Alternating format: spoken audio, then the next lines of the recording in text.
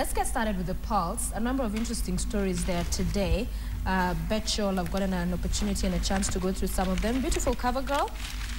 Always beautiful cover girl, right? Yes, as always, they make sure that... We've never gotten a cover girl and said, Sasa, this is a one-thing cover girl. Really? No, not in Pulse, really. Yeah. Never will happen. What's big?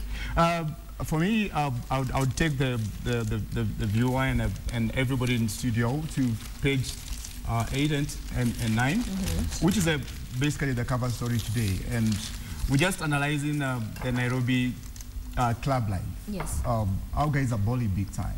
And you know, remember days when guys used to go to the hangout place with 1,000 bob or even 400 shillings and that was solo. You are sawa. That was solo. And it's not happening anymore with all these clubs and big lounges and guys are just changing the culture where guys are just spending big time money, and that's what the story talks about. Guys have invested in big clubs in the city. You can count as many as you want, and guys are going to spend heavy there, and that's what the Pulse is exposing today. The big bowling way guys are having a club like. Okay, and what would you say is different from these clubs, you know, from before? Because I mean, do you have to pay more to have a good time? I think it's the lifestyle that has actually changed. It's a culture change. It's almost coming down to swag. If you spend more money, you have more swag, and that's what the clubs are doing, because they're building expensive lounges, and people are buying by the bottle. Not like a long time ago when you used to keep on sending the waiter to bring you shots and shots and shots. And you get better treatment if you're spending more money. Yeah, of course, definitely. Well, when you spend more money, the waiters want to be around you. Yeah. Not necessarily as much. I think that what has happened is that there is a younger crowd with lots of money right now and with nothing to particularly do with it. So clubbing is what they would want to do. But there's no difference, because you still actually could buy this by the bottle some years back. But now there is this all bowling, young people with lots of money. Socially, you know. The ones who just is it lack of focus, social analyst? I would look at it differently. The other way, I think about 2 weeks ago, I went out and I was buying a friend a drink at some establishment, and it was literally this much of a drink. And the waiter, after I gave him 1,000 shillings, gave me 200 shillings. And I said, where? You put your change. It's like, that was a triple tot of several No, it wasn't cognac or whiskey or nothing. Just something they mixed. That's a cocktail. That is 800 shillings. Really? That's a cocktail. And how many of those do you have to take to get happy? Hi. And then it's like, well, like 15. But That's when you pick up the phone call. So I think my thing is this. I think Nairobians can be very pretentious. Most of them will go out to those big clubs and quite not even be able to afford it. I've seen men, you know, doing this to you from across the country, like, so I think much as they're bigger clubs and people are having fun, if you can afford it, go for it. Good. If you can't, then don't do it. I disagree with what you said.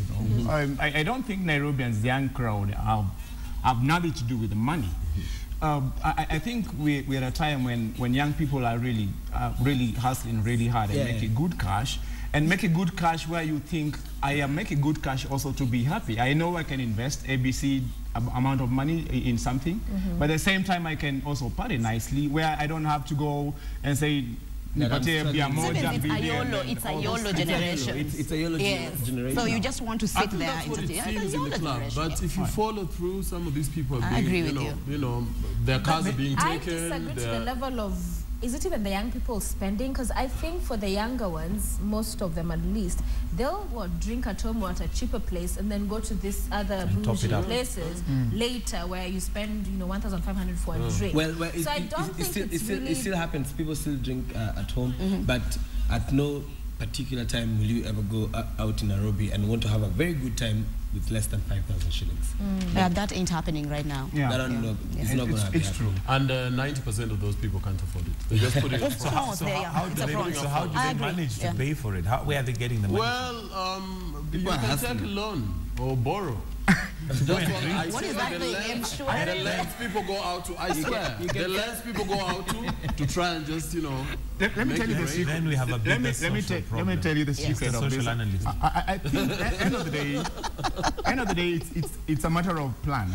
And that's for the young people, and we say the middle class kind of person, where I can hang out with her and him, and we just agree today we are going to Club X, say Galileo's. We can just book for a table and book for a bottle. And we can afford it if we just put our monies together. I think it's just better plan and better systems where we can say we are responsible Stevens, about what we want. That's different. There's also those people who can do that. Like, by the way, personally, my brothers can do that. Yeah, and my brothers are, young, impressionable, and they can do that because, of course, the engineers, the architects, and those people who do this. But then there is also the class that is not any of those, and they're busy hanging out anywhere else.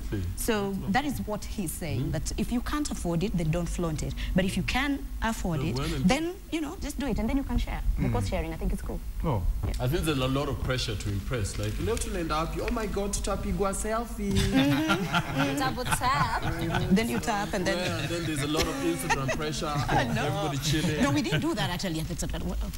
Well, we do that in the club. Okay.